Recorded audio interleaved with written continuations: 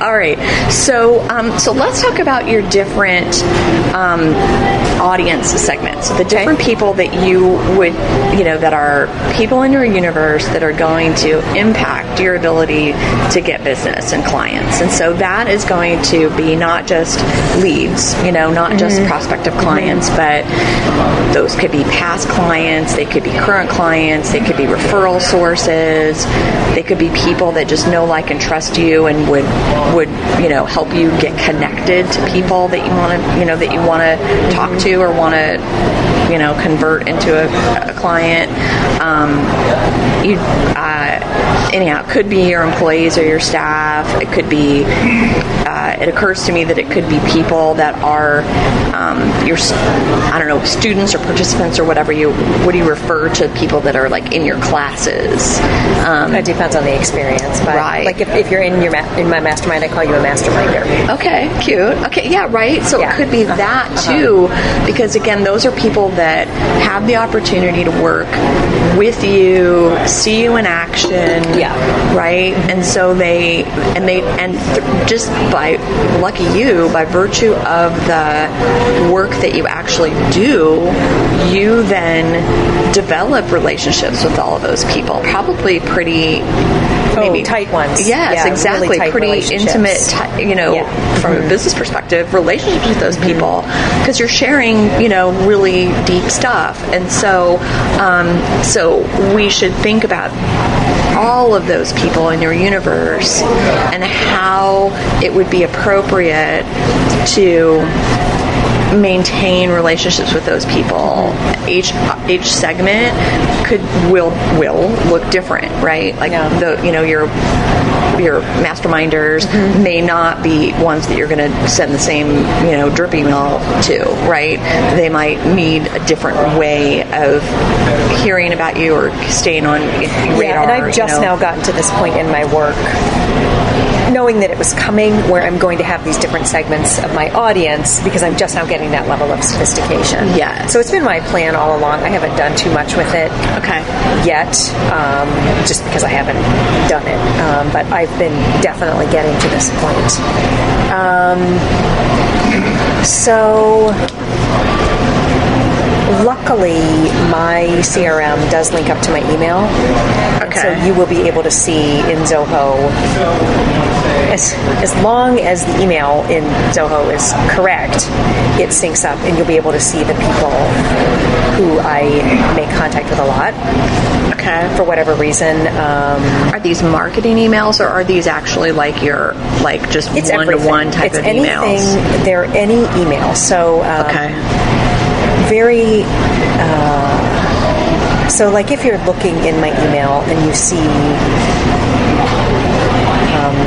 luckily, since I don't send out mass emails mostly through my email, they go out through MailChimp. Those are screened out, so that's good. Okay. So anybody you see a bunch of emails is going to be somebody who I've got a pretty intimate relationship with. Okay. For whatever reason. Which is pretty handy. So the things that I'm not documenting by hand, there's going to be an email trail that still shows up in my CRM. Which is pretty nice. Will it be, and if it's not, it's okay, because we can go back and kind of work through that later, but will it be apparent, probably not without a lot of work, what segment they are, or they could even be multiple, they could be a referral source and a former client, or I don't know. I mean, I really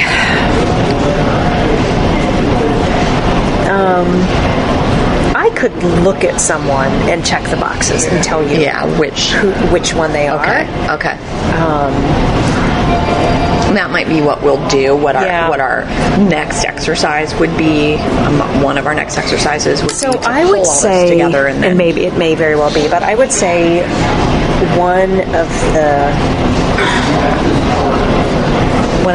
the unique parts about the way that I create relationships, and have always built relationships, is that, and many people have said this to me, they use different words for this, but we get to a place of trust almost immediately.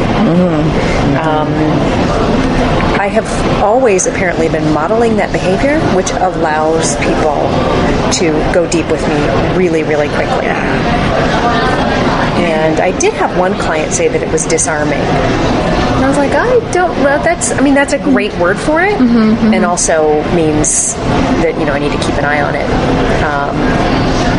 But it's just a skill that I have. So I do get deep with people fast. Which also allows me to look at anyone and ask them to be any of these other than employees at any point in time. Because I'm so... I don't want to say blunt, because I'm really not blunt. I'm real. I say to people, I'm going to ask you this question, and I'm doing it because I want to, tear away all your objections. So if it feels weird, like a question nobody else would ask you, that's why.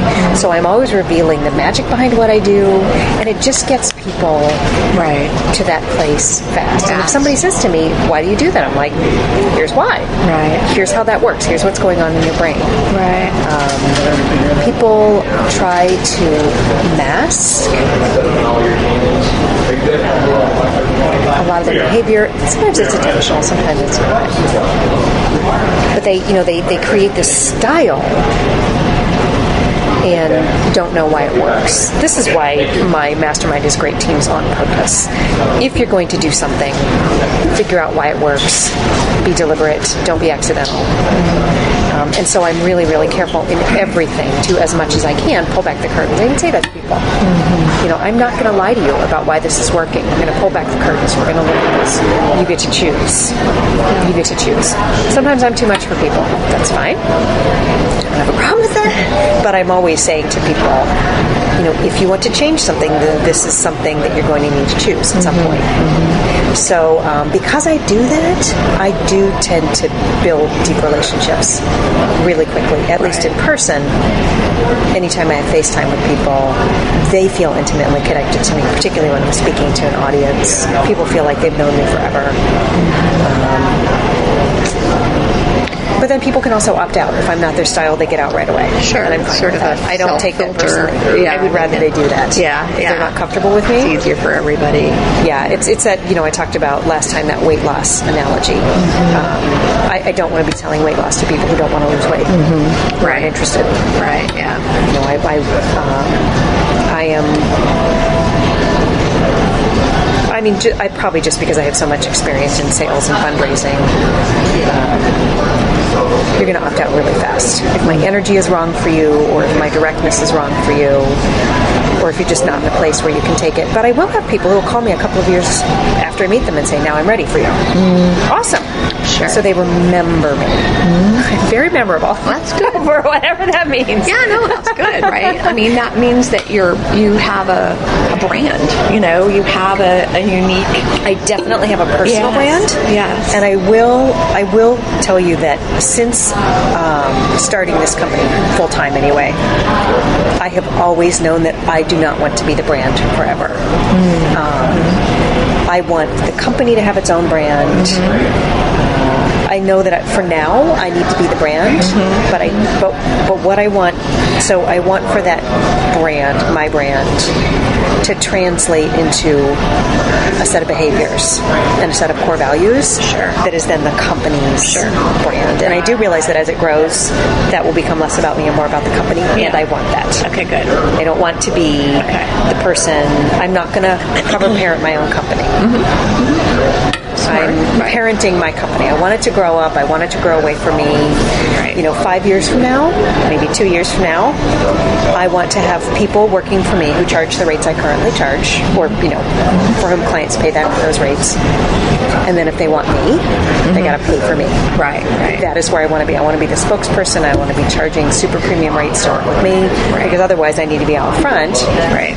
And then I also want to replace myself there. Over time. Right, sure. Yeah. So I think Jack Welch is a really good example. Jack Welch wants the Welch Institute to be Jack Welch. I don't think there's anything wrong with that. Yeah. That's not what I want to be. That's not why I am Kay Coughlin Incorporated. Sure. I didn't do that on purpose. I have a separate LLC. Yeah. and I want to give birth and bring it up and Right. have it be separate. All right. Well, then one of the other things that I'll do as we write all of this up, right, and as this becomes sort of a deliverable. Yeah.